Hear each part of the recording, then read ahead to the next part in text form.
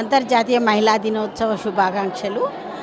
ఈ సంవత్సరం ప్రతిదానికి ఒక ప్రత్యేకత ఉంటుంది. హక్కుల కోసమని ఈ సంవత్సరాన్ని అంతర్జాతీయ మహిళా దినోత్సవంగా ప్రకటించబడింది.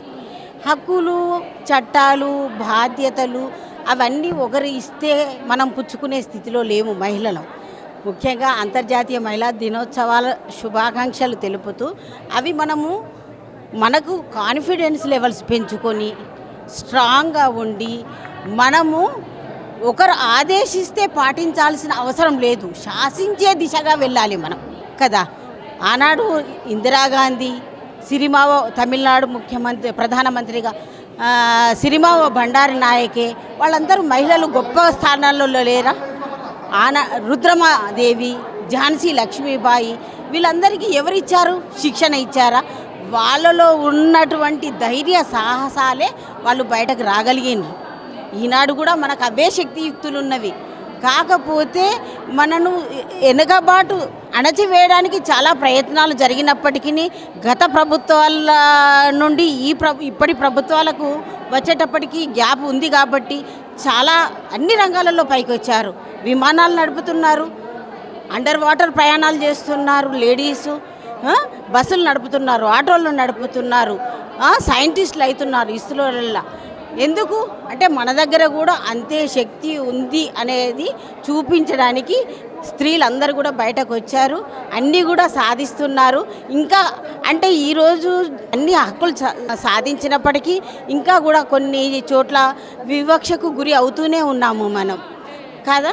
చూడండి, ఇప్పుడు కల్పన అనే ఒక పెద్ద సింగర్, ఆమె పరిస్థితులను ఓవర్కమ్ అవలేకనే నిద్ర మాత్రలు మింగింది.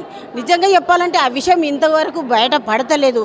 ఆమె మరి రేపటి నాడు ఫ్యూచర్ ఎలా ఉంటుందో అనే ఉద్దేశంతో బయట చెప్పడానికి భర్త భయంతో చెప్పలేకపోతుందా, కుటుంబ సామాజికంగా ఆమె చెప్పలేకపోతుంది. కానీ వాస్తవాలన్నీ కూడా బయటకు ఈరోజు కాకపోతే రేపు వస్తవి. ఆడవాళ్ళు ఎప్పుడు కూడా వంటింటి కుందేలు కాదని నా ఉద్దేశంగా. మనము పనిచేసే చోట కూడా చాలా వివక్షకు గురవుతున్నాం. అవన్నీ కూడా ఓవర్కమ్ అయ్యి మీరు ఆకాశంలో సగం భూమిలో సగం అని మనము చాటిన రోజు మనకు ఇచ్చిన 50% అటు రాజకీయంగా కానీ, ఆర్థికంగా కానీ, సామాజికంగా కానీ, శారీరకంగా కానీ ప్రతి అంశంలో నైపుణ్యాలను మనము మెరుగుపరుచుకుంటూ మనము ముందడుగు వేస్తూ మేము సగం అనేసి చాటిన రోజే గాంధీ గారు కలలు కన్నా నిజమైన స్వాతంత్రం. ఆడది అర్ధరాత్రి మహిళ బయటకు వెళ్ళి సురక్షితంగా ఇంటికి వచ్చిన రోజే నిజమైన మహిళా దినోత్సవం. పురుడి 9 నెలల పాప తనకు అన్యం పుణ్యం తెలియదు. అట్లాంటి పాపలను భ్రూణ హత్యలు కూడా చేస్తున్నారు. కాకపోతే ఇప్పుడు మహిళా సంఖ్య తగ్గిందని మనుషుల్లో పరివర్తన చెంది అలాంటి వాటికి డాక్టర్స్ ఒప్పుకుంటలేరు, తల్లిదండ్రులు కూడా స్వాగతిస్తున్నారు.